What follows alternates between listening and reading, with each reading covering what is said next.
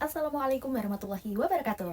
Halo sobat semua, perkenalkan nama saya Eka Primolidita dengan NIM 860393049 Salut Mustika Pura, Universitas Terbuka UPBJJ Semarang. Dengan ini saya akan mempresentasikan tentang filsafat ilmu, mengenai tentang isu kontemporer dalam pendidikan nasional dan kaitannya dengan pilar pendidikan menurut Ki Hajar Dewantara. Pendidikan nasional saat ini menghadapi berbagai tantangan yang muncul akibat perkembangan teknologi, perubahan sosial, dan juga tuntutan globalisasi. Di satu sisi, teknologi digital membuka akses belajar yang lebih luas, tetapi di sisi lain juga menghadirkan persoalan seperti kesenjangan akses, rendahnya literasi digital, menurunnya interaksi sosial, serta tantangan pembentukan karakter peserta didik.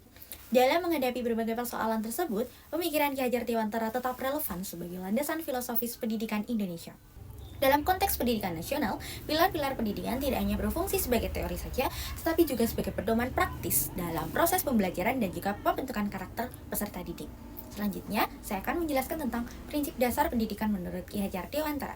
Ki Hajar Dewantara merumuskan 3 prinsip pendidikan yang dikenal sebagai Ingarso Sungtulodo, Ingmadya Mangunkarso, Tutwuri Handayani.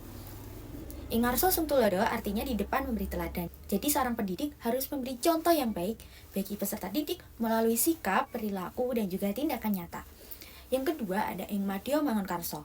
Artinya di tengah, guru tuh membangun semangat. Jadi tidak hanya mengajar, tetapi juga hadir bersama peserta didik untuk membangkitkan motivasi, kreativitas, dan juga kemauan belajar.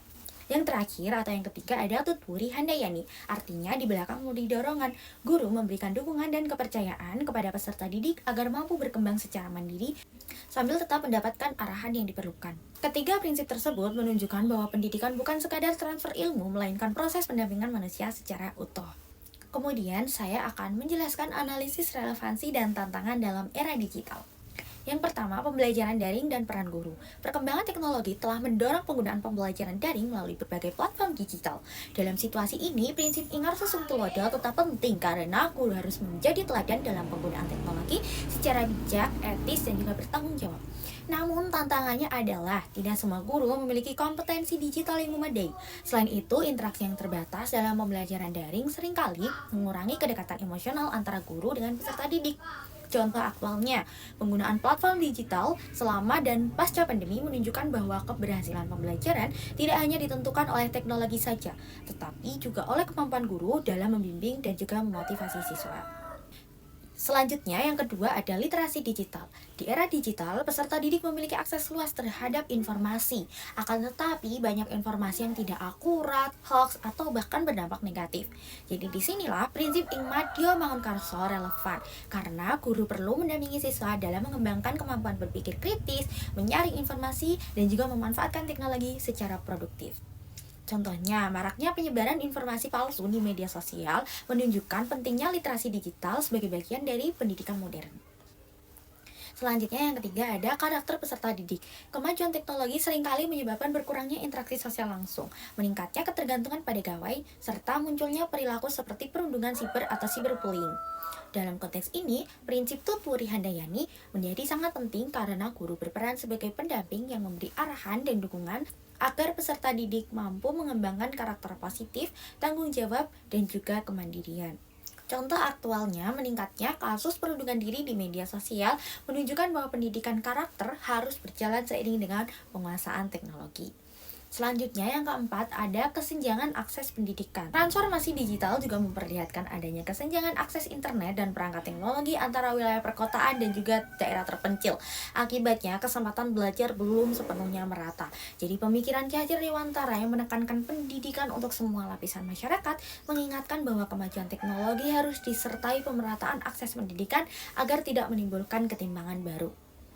Kemudian, pilar pendidikan Ki Hajar Dewantara sebagai solusi pendidikan nasional. Pilar pendidikan Ki Hajar Dewantara tetap relevan dalam menjawab berbagai persoalan pendidikan nasional saat ini.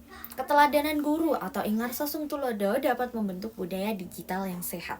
Pendampingan aktif Ingmadya Mangunkarso membantu peserta didik mengembangkan kreativitas dan kemampuan berpikir kritis. Sementara itu, pemberian dukungan dan kepercayaan atau Tutwuri Handayani mendorong kemandirian belajar serta pembentukan karakter yang kuat. Di tengah perkembangan teknologi yang sangat cepat, pendidikan tidak hanya berorientasi pada penguasaan pengetahuan dan keterampilan digital. Pendidikan juga harus membentuk manusia yang berakhlak, bertanggung jawab, dan mampu menggunakan teknologi untuk kemaslahatan bersama. Oleh karena itu, nilai-nilai pendidikan Ki Hajar Dewantara tetap menjadi fondasi penting dalam mewujudkan pendidikan nasional yang berkualitas, inklusif, dan juga berkarakter. Kesimpulannya, isu-isu kontemporer seperti pembelajaran daring, literasi digital, pembentukan karakter, dan kesenjangan akses pendidikan menuntut adanya pendekatan pendidikan yang tidak hanya berfokus pada teknologi, tetapi juga pada nilai-nilai kemanusiaan. Prinsip Ingkar Sasung Tulodo, Ing Madya Mangunkarso, dan Tutpuri Handayani memberikan landasan filosofis yang kuat untuk menghadapi tantangan tersebut. Dengan menerapkan ketiga prinsip tersebut secara kontekstual, pendidikan nasional dapat melahirkan generasi yang cerdas, berkarakter, dan siap menghadapi perubahan zaman. Demikian yang dapat saya sampaikan. Saya Eka Primalidita mengucapkan terima kasih. Wassalamualaikum warahmatullahi wabarakatuh.